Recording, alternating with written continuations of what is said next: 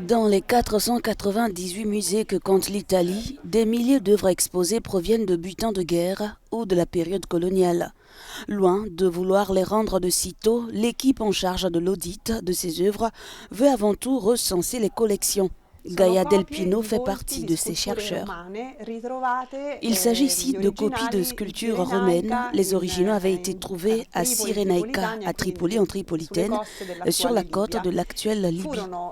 Ils ont fait des copies qui ont été exposées dans l'ex-musée de la colonisation à Rome, parce qu'une partie de la rhétorique utilisée pour donner de la valeur à la présence italienne en Afrique du Nord, dans ce qui est aujourd'hui la Libye, était qu'il s'agissait d'un retour de ceux qui se disaient les héritiers de l'ancien empire romain.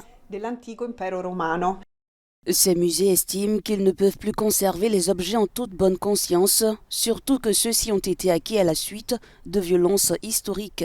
Mais la décision de les restituer revient aux autorités politiques. Pour Andrea Villani, directeur du musée des civilisations de Rome, l'Italie est en retard sur les autres pays européens.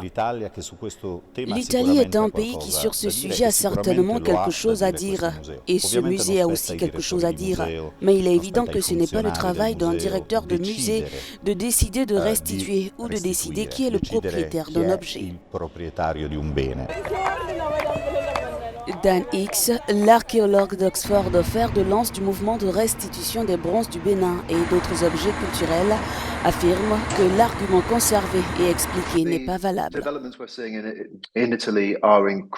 Les développements que nous observons en Italie sont incroyablement importants. Ce qu'ils font, c'est qu'ils admettent bien sûr qu'une grande partie de ces conversations sur la restitution et sur les objets coloniaux dans les musées européens ne concernent pas ce qui est exposé, mais ce qui est caché dans les réserves.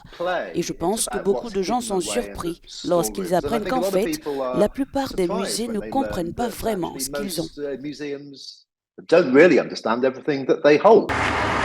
L'Italie avait procédé en 2005 à la restitution du gigantesque obélix d'Axium de 160 tonnes à l'Éthiopie. Mussolini avait ordonné son envoi à Rome en 1937.